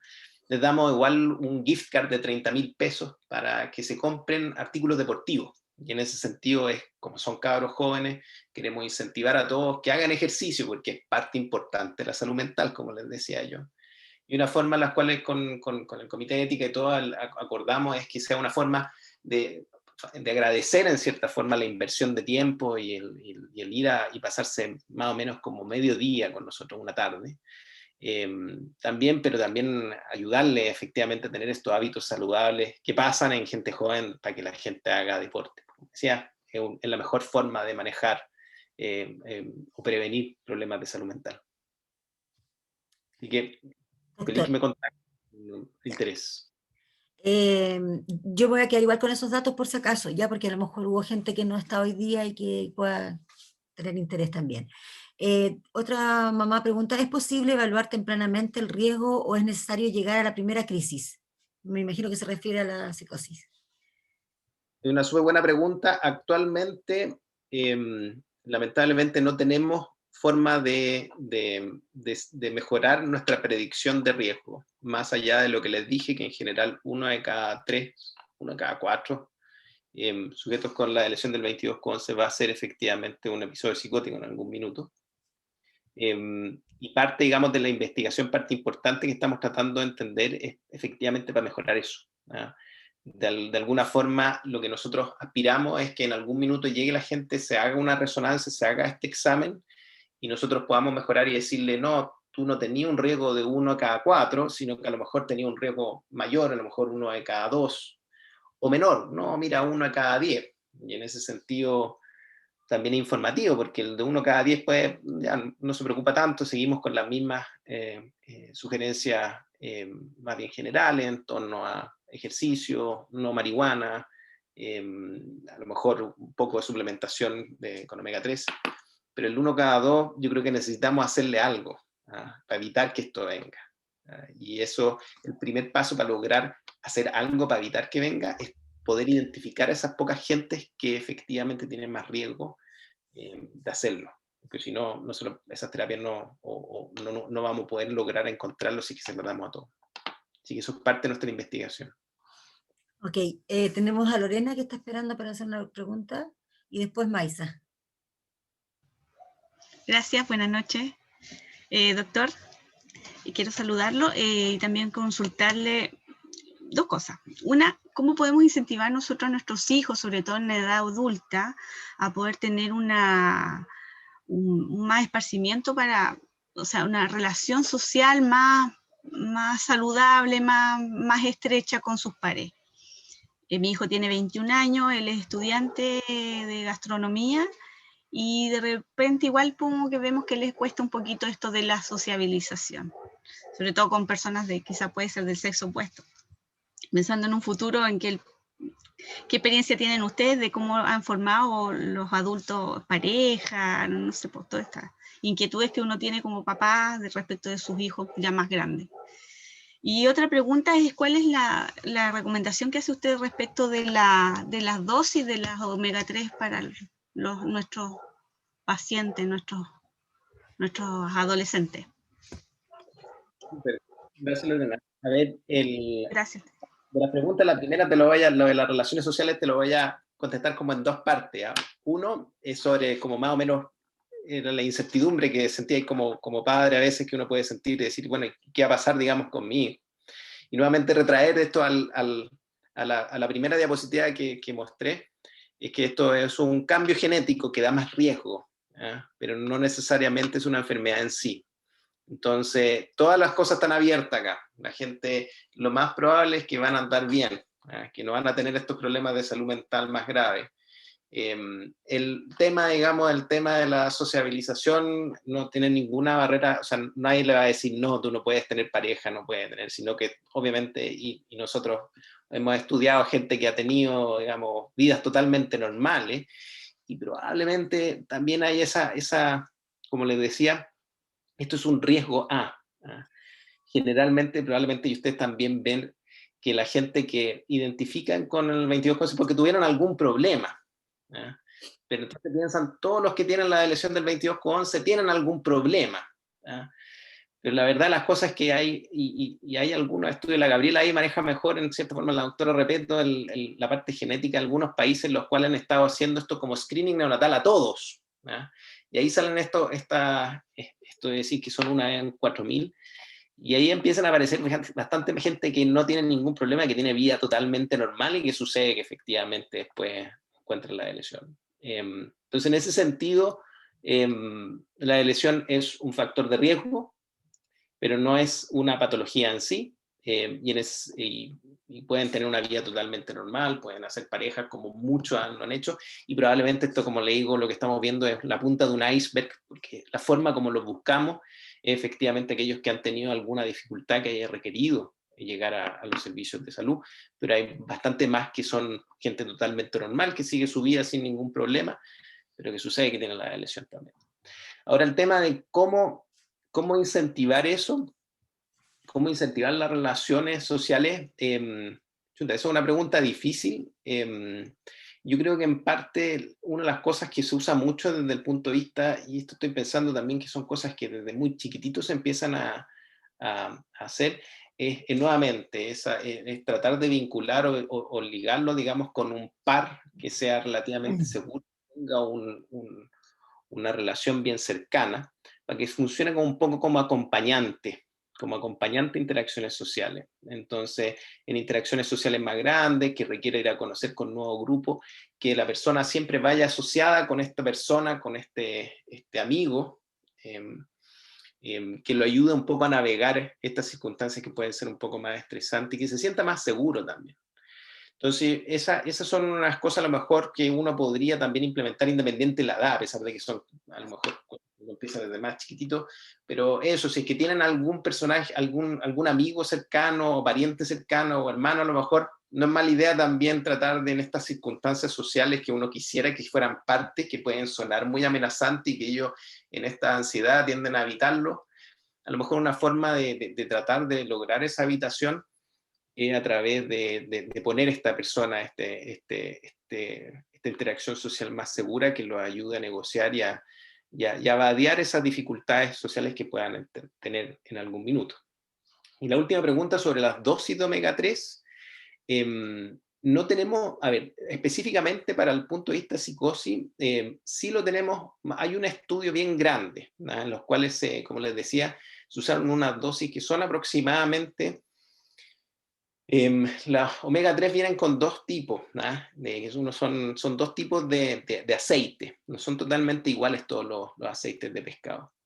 Y eso efectivamente, sabemos cuál es la concentración que se usó en el ensayo. Sucede que las pastillas de omega 3 que hay acá en Chile también tienen diferentes posologías, porque ustedes tienen que pensar que la omega 3 no está dentro de la legislación, digamos, como medicamento, no se venden como medicamentos, se venden como suplemento nutricional. Entonces eso hace que las dosis están menos reguladas, ¿no? La gente puede, siempre y cuando tenga un poco omega 3 y aceite de pescado, pasa y pueden ponerle el nombre. ¿Cuánto? No sabemos cuánto hay. Y en ese sentido, la única que le di como un poco como para que tuviera una referencia, ese omega 3 up, más o menos son 2 a 3 pastillas al día la que se usó en el ensayo. Pero si tienen, no tengo ningún problema, que si tienen alguna duda y quieren usarla y tienen otro, me manden una foto, me mandan un mail, me expliquen, mira, ando buscando más o menos cuánto sería la concentración que yo recomendaría y les puedo hacer la recomendación más personalizada. Ojo que al final el problema y lo que pasó con este ensayo es que son dosis bien altas, ¿no? Entonces, en general, la tolerancia no era muy buena, como 1 de cada 3 nomás terminó tomando la dosis general. Y en ese sentido, mientras tomen algo, yo creo que, o sea, si hay un poco de suplementación, eso va a ser mejor que nada. Tenemos 2 preguntas. Pero Maisa estaba esperando. ¿Maisa? Sí, aquí estoy. Hola, doctor, muchas gracias. Bueno, antes también contesté una pregunta que yo también había planteado, que era sobre la psicosis también, era sobre la psicosis, pero me gustaría saber lo siguiente. Mire, mi hija tiene 21 años ya, pololea hace un año. El asunto es que con las ideas fijas, frente a algunas situaciones que cae en frustración y mantiene una idea fija, se le dilata la pupila, empieza digamos, como a exacerbar tal vez sus emociones, que yo siento que sufre. ¿Cómo la puedo ayudar a cambiar el foco? Porque es ahí cuando cuesta un poco sacarla digamos, de esa concentración de idea fija, porque si no la saco en ese momento, digamos, oportuno, la idea fija puede mantenerse y siento que la angustia mucho. Y después empieza a sentir que como que todo el mundo se viene en contra de ella. No pasa muy habitualmente, cada vez son más aisladas.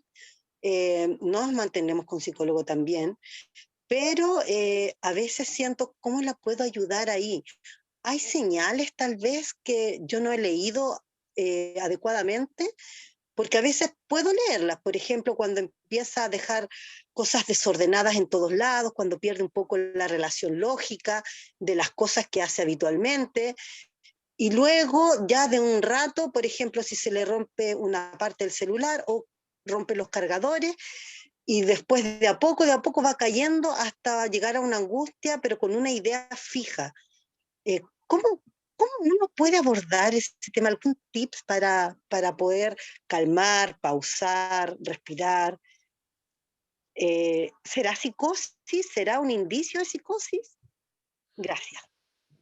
Maisa, yo creo que es, claro, yo creo que son como, podríamos como referirnos como a dos cosas, porque son dos cosas yo creo que tenemos que referirnos ahí. Uno es en la relación como del estrés con la psicosis, cuando ella efectivamente o pasan, que un poco, lo tocamos un poco cuando hablamos de la ansiedad o la emoción y la psicosis.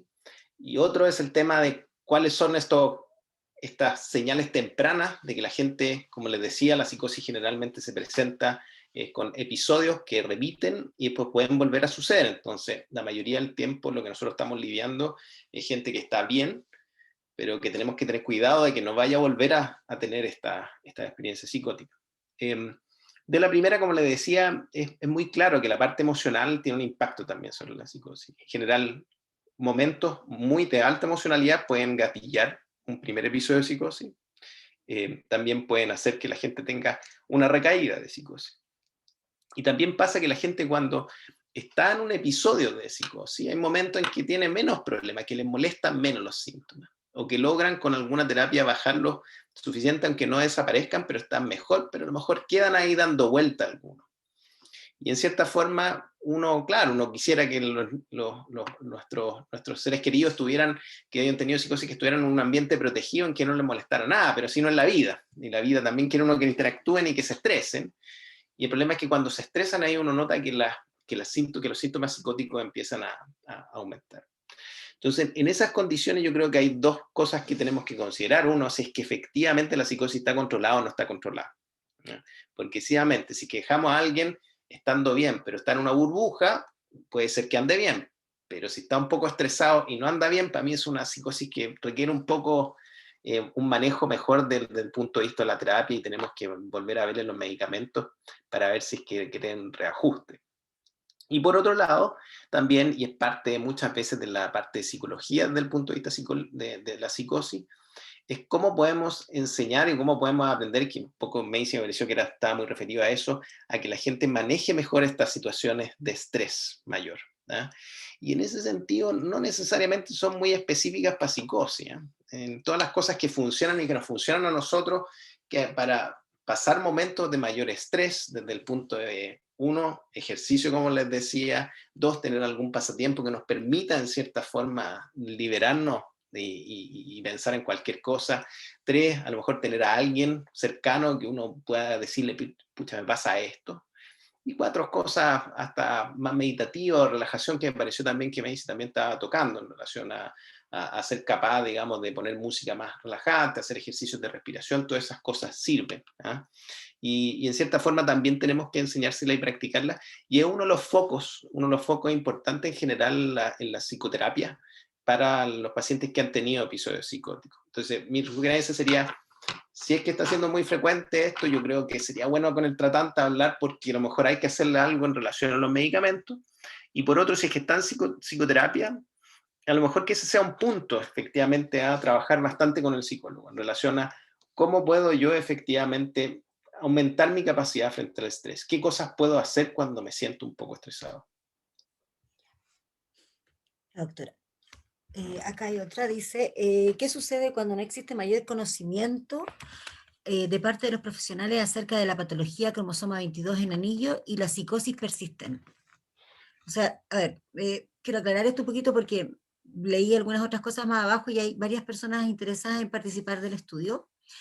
Nora tiene un hijo que tiene 22Q, pero tiene 22Q en anillo, así que tiene otras características, y le ha ido muy mal en conseguir un tratamiento, pero ella también está interesada en participar en el estudio. Entonces yo creo que a lo mejor por ahí podría ser Digamos, yo creo que es una, o sea, contáctenme, ahí podemos conversar, podemos ver si es que participan en el estudio, cómo podemos ayudarla. Y a lo mejor acá, no sé, pero la experiencia que ustedes están teniendo, en cierta forma, no es inusual para, en general, sobre todo cambios genéticos o patologías genéticas, patologías claramente relacionadas con un cambio genético, no así como el 22q11 que aumenta vulnerabilidad, estamos hablando, en que efectivamente no son tan comunes. ¿Ah? Entonces, cuando se encuentran con personal de salud, obviamente que no sabemos efectivamente las cosas. Yo generalmente, porque bueno, uno también ha tenido más experiencia con estas otras patologías genéticas menos usuales, les pregunto, digamos, a los padres, que son los expertos, y le digo, yo, la otra vez tuve una paciente con una patología genética muy rara, entonces le dije, usted sabe que, cuénteme un poco usted, porque obviamente que no la ha estudiado, no la sé, y usted es más experto, y uno puede informarse. Entonces yo creo que la alianza ahí terapéutica con su tratante es importante, porque obviamente a lo mejor la primera vez que lo vean no va a saber, pero eso va a ser un incentivo, y en general los médicos tienden a ser, personal de salud tienden a ser gente que se preocupa, por eso estamos todos en esta, y tienden a ser bien estudiosos, y hacen la pega, entonces estudian, y para la próxima ya van a estar más informados. Y otra cosa, que a lo mejor no sé si es que ustedes también como fundación, si lo han visto, pero de otras fundaciones genéticas, no sé si hay gente que conoce ¿cómo se llama la fundación para niños que tienen piel de cristal? Que es una alteración genética también que hace que tengan muchas dificultades. Debra, que un poco ellos reciben fondos internacionales y tienen otras cosas, pero una de las cosas que ellos hicieron, y que me parece que ha funcionado bastante bien, es que ellos contratan a un personal de salud de la fundación, en este caso una enfermera específicamente, cuyo rol es aparte de hay temas de curación y cosas específicas en la clínica específica que tienen, es de acompañar a la gente en las consultas con otros especialistas. Entonces, a lo mejor como fundación, yo sé que a lo mejor esto nunca es fácil, los fondos nunca alcanzan, pero es un servicio que si es que hubieran algunos fondos disponibles por ahí, y ahí pueden acercarse, supongo que hay empresas que puedan también, y sé que hay desde el punto de vista de compromiso social, etcétera, etcétera, que puedan financiar. Creo que una intervención bien útil es contratar a alguien así, como una enfermera, por ejemplo, que no necesariamente trate, o sea, no es el especialista porque tienen tantas necesidades variables los pacientes con el 22q11, como hablamos, desde cardíaca, el labio leporino, problemas hormonales, y cada uno es diferente, que a lo mejor lo que se requieren es que, claro, existe el especialista, existe el endocrino, el cardiólogo, el psiquiatra, todo eso, pero a lo mejor lo que necesitan es alguien que lo acompañe desde el punto de vista de salud, que lo ayude a organizar en cierta forma y a mantener esa comunicación con los profesionales más Adecuado. que es algo para que dejo como idea, digamos, por lo visto por otras fundaciones. Ya, doctor, muchas gracias. Hay otra pregunta, dice, ¿por qué algunos niños al llegar a la adolescencia tienen crisis epilépticas? A ver, en general la epilepsia es algo, yo antes también hasta hace poco estaba trabajando bastante con la gente de la Fundación de la Liga Chilena contra la Epilepsia, y en general la relación con el 22q11 no es muy específica, no necesariamente uno ve mayor riesgo de epilepsia en pacientes con la lesión del 22q11 comparado con aquellos que no tienen la lesión con el 22q11. Y en ese sentido no es algo, como les decía, un poco como la depresión en general, es una cosa común, pero no necesariamente los pacientes con el 22q11 tienen más riesgo de depresión. La epilepsia también no es tan poco común, pero no necesariamente hay algo específico de la relación de la lesión del 22q11 con epilepsia. La epilepsia tiene como dos pics, bueno, en realidad son tres, uno más la edad más tardía, que ni lo vamos a hablar, como más de adultos mayores, muy temprano, en niños, y lo otro generalmente hay algunos tipos de epilepsia que se desencadenan también a nivel de la adolescencia. Probablemente es como asociado a, como les decía, el sistema nervioso central, el cerebro se va desarrollando durante hasta como los 30 años. ¿Ya? Y en cada una de estas etapas hay algunas cosas que tiene que hacer el sistema nervioso central. Tiene que aprender algo nuevo, tiene que desarrollar alguna cosa de nuevo. Y si es que esas cosas no funcionan muy bien, pueden causar problemas. Y esos problemas van a aparecer hasta que llegue ese momento de hacerlo. Como un poco, es como un problema, es como un árbol que tenga problemas de floración. No vamos a ver de que tiene problemas de floración, la verdad, las cosas, hasta que llegue la primavera. En cierta forma, la epilepsia también. Van a haber algunas cosas que pueden manifestarse en etapas del desarrollo específico. Y esa una es la adolescencia, pero no específicamente el 22 como se dice.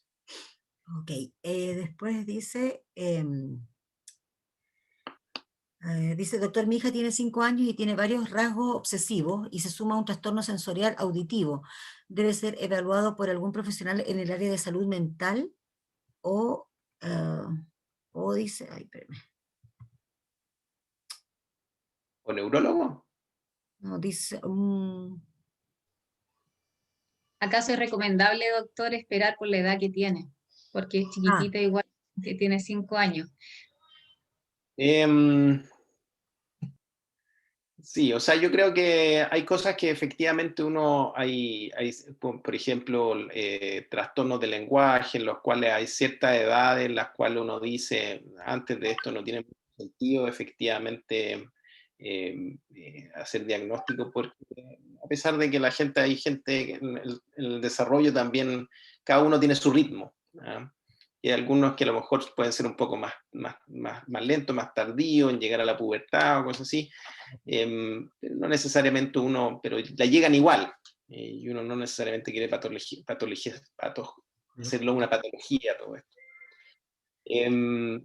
La verdad es que no tengo muy claro estas cosas medio obsesivas, y yo creo que en general, sobre todo en los niños, como los controles de niños sanos, tienden a ser efectivamente un buen momento para empezar a discutir ese tipo de preguntas, como qué es normal para el desarrollo y qué no es normal del desarrollo, sobre todo con profesionales, si se dedican a hacer control del niño sano, están todo el rato viendo más o menos a niños en esa etapa, y que le van a tener una respuesta inmediatamente, decir, no, sabe que esto aguántese un poco, o no, o déjelo, digamos, o mejor que lo vea alguien más, que ya sea o un fonoaudiólogo, un neurólogo, un psiquiatra infantil, digamos, pero probablemente una primera aproximación puede ser ahí el contexto del control sano. Ya, doctor, si le preguntaba, porque está con neurólogos, con audiólogos, con todo el equipo multidisciplinar, son más que nada es por lo que usted estaba hablando, porque el obsesivo de ellas, por ejemplo, no es mamá, es mamá, mamá, mamá, mamá, mamá, o por ejemplo, si quiere algo, ella tiene que ser ahora, ahora, ahora. Entonces, por eso le preguntaba si era recomendable por la edad que ella tiene, porque es chiquitita, igual tiene 5 años. Entonces, por eso le preguntaba por estas cosas que son, como yo escuchaba a otras mamás, que habían cosas como bien así como ideas como muy fijas. Ella es así, y así, igual trata de buscar estrategias con la psicopedagoga, con la terapeuta ocupacional, para bajar, por ejemplo, los niveles de estrés, porque también ansiedad parece que se llama cuando estaba como muy así, se muerde los deditos, la tratamos de sacar de esas ideas de repente, de las cosas como muy fijas, pero le preguntaba por eso, si se asociaba a algo o mejor esperaba por la edad. Yo creo que si les molesta, mejor que lo vean, pero me parece, con lo que me dice, en cierta forma, como esta idea repetitiva, parece más bien como el ámbito ansioso, más que psicótico, en ese sentido, y sobre todo a los 5 años, en general, no se ve mucha psicosis, y se ve bastante, digamos, esta cosa repetitiva media ansiosa. Ya, porque la hermana, la más grandecita, está ahora con un acompañamiento con psiquiatra, con tratamiento farmacológico, y mi mamá tiene trastorno de bipolaridad. Entonces, por eso me daba así como un poco, por eso le preguntaba.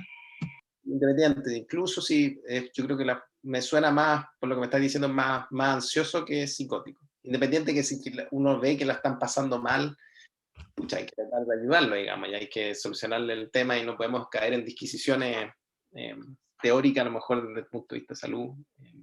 Al final lo que necesita, digamos, tu hija, que la acompañe, que tenga Atención, sí. Gracias, doctor. No, doctor, nos quedan 2 preguntas y lo dejo por hoy. Lo hemos estrujado. Dice, mi niño tiene 8 años, tiene 22Q y no quiere nada con tareas. Le cuesta mucho concentrarse en hacer cosas como hacer terapias. ¿Cómo se hace terapia psicopedagoga para su concentración? Dice.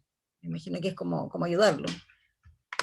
Yo creo que ahí en cierta forma lo primero que sería bueno que lo viera alguien, un pediatra, que lo viera efectivamente un profesional de salud para ver si es que el problema de concentración es ya suficientemente grande y pareciera ser un trastorno de déficit atencional, ¿no?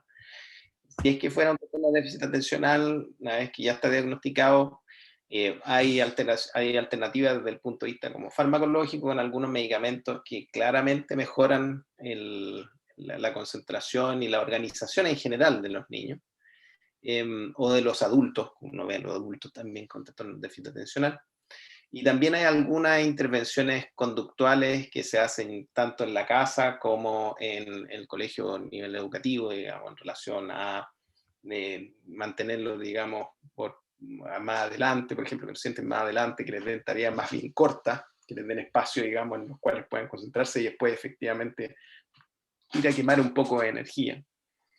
Pero yo creo que el primer paso para eso es que efectivamente tenga un diagnóstico y un apoyo más bien desde el punto de vista de salud más claro, para abrir todas las otras opciones. Yeah. Y la siguiente, se me perdió la pregunta, ¿no? No, me parece que esa es la última. Sí.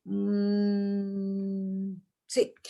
Las otras preguntas tienen que ver con que quieren participar en el estudio, así que para que se queden tranquilos, doctor, si usted quiere me da los datos de cómo es y yo lo vuelvo y lo publico por todos los canales. O sea, yo creo que lo más fácil es el mail mío, que lo puse ahí en la diapositiva, lo puse en un chat, voy a ponerlo de nuevo en el chat. Lo tengo se lo voy a mandar de todas maneras por el grupo. Es ncrossley, es como Nicolás Crossley, todo junto, @uc.cl, de la Universidad Católica.cl. Nosotros, la verdad, las cosas con la pandemia el año pasado estuvimos bien parados, así que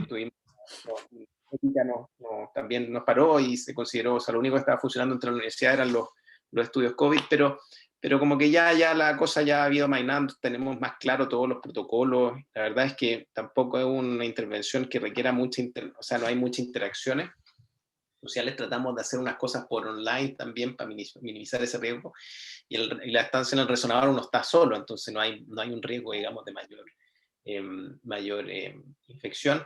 Lo único que estamos con más cuidado es el tema de transporte, pero eso lo ponemos si que la gente si tiene transporte propio, digamos, si llegan en auto, le damos estacionamiento en la casa central, y si no, les ponemos taxi de la casa a la vuelta, digamos, también para minimizar el riesgo. Así que ya estamos empezando a funcionar, pero de hecho partimos la próxima semana y de nuevo. Así que no encantado, digamos, es que podemos ayudar y encantado de que nos ayuden también a entender un poco más lo que está pasando con esta lesión. Un comentario, cuando usted recomendó a los papás, yo les quiero contar, mi hijo ya tiene 21 y lo conocen varios. Yo chiquitito siempre le di este aceite de bacalao, que primero eran unas cápsulas blanditas, y después le di gamalate. No sé si es tan... pero tomó gamalate un buen rato, porque yo juraba que eso le ayudaba mucho a la concentración, y la trabajamos además, o sea, trabajamos los tiempos de la concentración, no sé, controlamos así como que duraba 3 minutos, y entonces fuimos como alargándola. Yo le daba recreo, y después volvía, y después ya eran 4 minutos, y así. Fue como un trabajo para que fuera logrando cada día, o sea, cada vez más minutos de concentración. Hoy día tiene un poquito más, no tantos más, pero le va bastante bien. Así que, y yo también soy bien desconcentrada. Bueno, doctor, agradecerle, pero infinitamente, siento que nos ayudó a todos. Por supuesto que estamos dispuestos a ayudarlo, y nada, pues darle todas las gracias. No sé si alguien quiera decirle algo al doctor, y también gracias a la asistencia. Estoy feliz que hayamos llegado a tanto, porque era un tema que nos importaba, y ojalá podamos seguir aprendiendo. ¿Alguien quiere darle un agradecimiento al doctor, algunas palabras? Yo tenía una cosa, a mí también me dieron... Por favor. A mí también me dieron aceite de bacalao, pero era con rábano ayudado en mi época. Yo lo odié por el rábano ayudado, porque era... Pero bueno. A mí me lo daban líquido, y era muy malo. A mí también, con un poco de jugo de naranja después. Sí. Otro. La mezcla ahí, rara. Doctor, muchas gracias. Queremos agradecer nosotros de acá, desde Talca. Queremos enviarle un abrazo enorme. Y muchas gracias por esta gentileza enorme que usted ha tenido para con nosotros, con la Fundación, con la Pati, también la Pati por hacer este maravilloso enlace. Y gracias, muchas gracias. Estamos muy contentos. Doctor, yo agradecerle desde Chillán, muchas gracias. Gracias a Patricia, que siempre ha hablado maravillas suyas, doctor. Ella es la fan número 1 suya, porque lo conocíamos solamente de nombre, pero realmente se pasó súper seco. Gracias por sus conocimientos, gracias por su ayuda, doctor. Muchas gracias. Ya, pues muchas gracias y buenas noches y que tengan un buen fin de semana. Ah, no se olviden, mañana tenemos otra charla. Doctor, usted sí, descanse el fin de semana, que esté muy bien. Muchas gracias. Gracias por su tiempo, doctor. Chao y chao. Chao. Mañana tenemos una charla muy interesante. Gracias. Chao. Gracias Chao a por todos. todo. Gracias. Chao, que estén bien, cuídense. Chao.